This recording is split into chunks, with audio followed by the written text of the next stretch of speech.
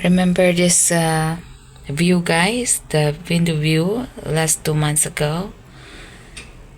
This is the view that we are occupied. This is the window view. Yun yung sinasabi kong hotel na hindi pa rin natapos hanggang ngayon.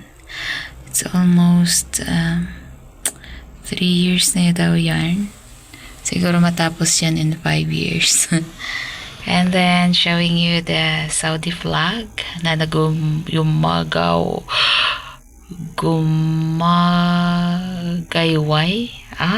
Nagawa ko rin.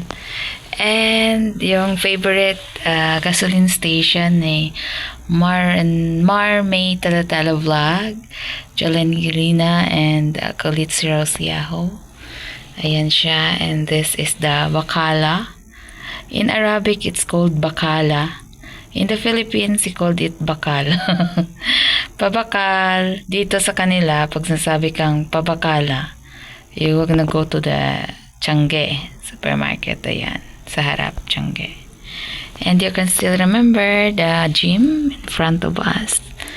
And the cars. Yeah, showing you our window view here in Radisson Blu Hotel, Buraydah.